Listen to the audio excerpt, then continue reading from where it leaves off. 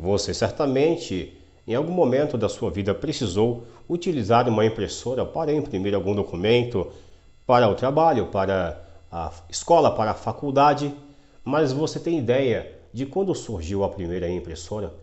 Você lê livros, você tem até mesmo talvez uma estante maior do que essa, com muito mais livros, mas será que eles sempre tiveram esse formato? Quer saber mais? Acompanhe este vídeo, nós iremos falar sobre a invenção da imprensa. Antes aqui da gente prosseguir, eu quero te pedir gentilmente para que você possa aí curtir este vídeo, dê o teu like lá para nos ajudar com o crescimento desse trabalho, que você também possa nos seguir, então você aí seja um dos nossos seguidores, tá? Se inscreva no nosso canal aí e, se possível, compartilhe este vídeo, compartilhe este material, porque certamente ele pode ser fonte de conhecimento não somente para você, mas também para alguma outra pessoa que possa precisar dele. Muito obrigado e vamos prosseguir. A invenção da imprensa veio como uma ferramenta revolucionária para o pensamento, as ciências, a disseminação de ideias. Johannes Gans-Fleisch Gutenberg, nascido em 1398 e falecido em 1468, finalmente consegue reunir condições para criar os tipos móveis, que na prática eram letras fundidas em chumbo, bem mais versáteis, mais fáceis de serem manuseadas, usadas em forma de carimbo, sim, como se fosse um carimbo para prensar o papel. Reunidas em letras, formavam-se palavras. Reunidas em palavras, formavam-se letras. Reunidas em frases, formavam-se parágrafos e páginas. Sim, dava bastante trabalho. Mas dessa forma, compunham-se as páginas de livros antes tradicionalmente copiadas à mão e que por isso custavam caríssimo, tendo acesso reservado a uma parcela muito pequena de pessoas. Gutenberg provocou uma grande revolução nesse sentido. Ele pesquisou e desenvolveu tintas, papéis para uso da sua famosa prensa. O primeiro livro a ser publicado foi exatamente quem? A Bíblia Sagrada, no ano de 1450, tomando 5 anos de trabalho e finalizada finalmente no ano de 1455. Portanto, meio século antes da Primavera Protestante, o início do protestantismo, a versão usada em latim possuía 1282 páginas impressas em 2 colunas e 2 volumes. Foi esse o primeiro livro a ser publicado no Ocidente, com apenas 180 cópias.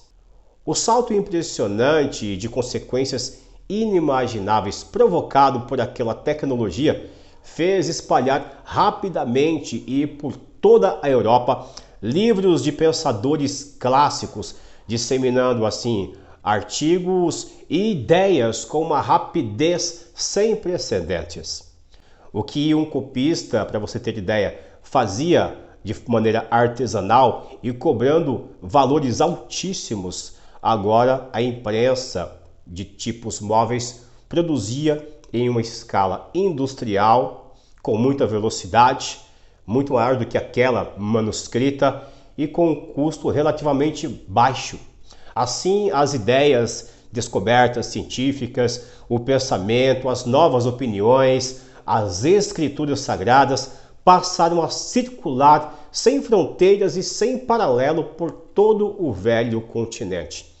Debates, trocas de ideias, opiniões e o necessário embasamento de argumentos verbais em textos citados inauguram uma nova era. Depois disso, não seria mais possível a velha igreja dizer aquilo que queria ou que deixava de querer. Seria necessário mostrar nas Sagradas Escrituras o fundamento daquilo que se afirmava, se exigia e se ensinava na igreja. O acesso à leitura provocou um salto substancial na Europa e forçou os estados a forjar leis escritas e constituições em que o direito e a justiça tomariam a vanguarda, tomariam a frente. Acabaram-se as trevas, chamadas Era da Idade das Trevas, absolutas, que houve na Idade Média. Essas são, em linhas gerais, algumas das mais cruciais condições que trariam à existência a reforma protestante como nós conhecemos. As graves condições de corrupção, que era inaceitável, uma degradação moral no seio da igreja, também foram determinantes para que isso acontecesse. De modo inédito, entretanto, cada um desses fatores foram necessários, tá? Sendo colocados aí em seu lugar pela mão divina, isso sim, um mover do próprio Deus no decorrer da história. Isso mesmo, um mover puramente divino, a fim de permitir com que um genuíno despertar espiritual acontecesse no cristianismo. A reforma protestante realmente foi algo que tinha que acontecer. A imprensa de Gutenberg foi o motor original a deflagrar essa poderosa força em favor do avanço, do progresso, da liberdade e da consciência. Não era mais possível alguém letrado ter senhores a ditar-lhes normas, regras e manipular a sua consciência, manipular o seu modo de pensar. O conhecimento libertador da imprensa de Gutenberg fez dela o invento mais importante da Idade Média. Havia uma grande preocupação por parte da igreja em que a imprensa estimulasse cidadãos comuns do povo a estudar textos religiosos por conta própria, ao invés de obedecer às interpretações oficiais da igreja, a interpretação do clero. Já no século XVI, os sapateiros, tintureiros, pedreiros, pessoas simples, operários, pessoas do povo, reivindicavam o direito de interpretar as escrituras, sim. Talvez por isso a Bíblia fora incluída na lista dos livros proibidos pelo Concílio de Trento. No meio protestante o problema era outro. Depois de se aprender a ler, com os preços tão baratos dos livros, as pessoas comuns desejavam ler outros escritos além da Bíblia, né? Tipo assim, um tiro no pé. No século XVII, além das preocupações religiosas, havia também os efeitos políticos de uma imprensa livre e com opiniões próprias contrárias à do governo, que, diga-se de passagem, hoje está difícil. Deixa pra lá. Era a época das pessoas comuns passarem a discutir abertamente e com liberdade suas opiniões acerca das medidas governamentais. Isso criava instabilidade, mas é indiscutível que essa liberdade está na base e no cerne da origem das democracias modernas, como nós conhecemos inclusive hoje, né? Governos autoritários, assim como a Igreja Romana medieval, que era autoritária, altamente autoritária, nunca lidaram bem com a imprensa livre e seus efeitos no meio político. Bom, isso de acordo com Edmund Burke. Estudiosos, ou mais genericamente os que buscassem o conhecimento, também enfrentavam problemas. Observemos este ponto de vista, assim chamada de explosão da informação, uma metáfora desconfortável que faz lembrar a pólvora. A informação se alastrou em quantidades nunca vistas e em velocidade inaudita. Na Alta Idade Média, o problema fora a escassez, a falta de livros, e no século XVI o problema era o da abundância.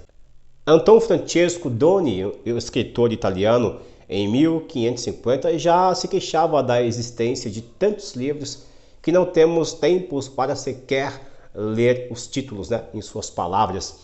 Livros eram uma floresta na qual os leitores poderiam se perder, segundo o João Calvino. Olha só, o próprio João Calvino, né? João Calvino. Era um oceano pelo qual os leitores tinham de navegar, ou uma inundação de material impresso em meio à qual era difícil não se afogar. Por volta do ano 1500, havia impressoras em mais de 250 centros europeus. Obviamente que essas impressoras, diferentemente das que nós temos hoje, eram enormes, né? Muito grandes, do jeito que você está vendo aí, deixa eu te mostrar. Era isso, tá? As impressoras, a grande impressora de Gutenberg foi uma grande revolução, mas você veja aí que ela era inclusive mais alta do que os homens, na verdade. E para operá-la não era tão fácil, ok? Mas foi uma grande revolução. Somos gratos a Deus por esta grande invenção. Bom, essas impressoras chegaram a produzir cerca de 27 mil edições, fazendo uma estimativa assim, sendo conservador, né? Nessa estimativa de 500 exemplares por edição, havia então algo em torno de 13 milhões de livros em circulação no ano de 1500, numa Europa de 100 milhões de habitantes. Lembrando que 1500 foi a época em que os portugueses chegaram no Brasil, tá, gente?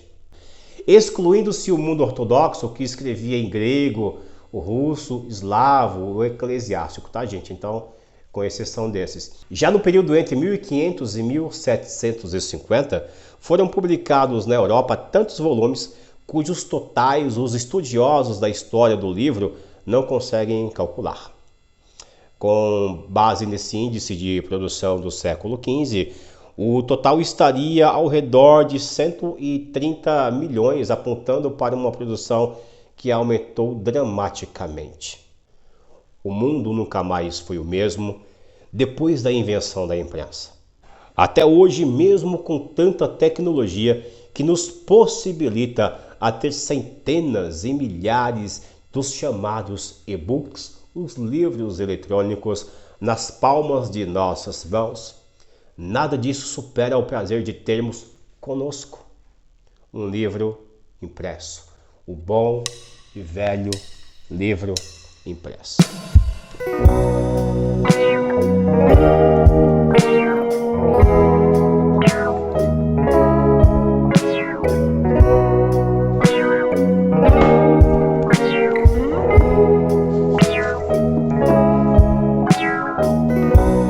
It goes straight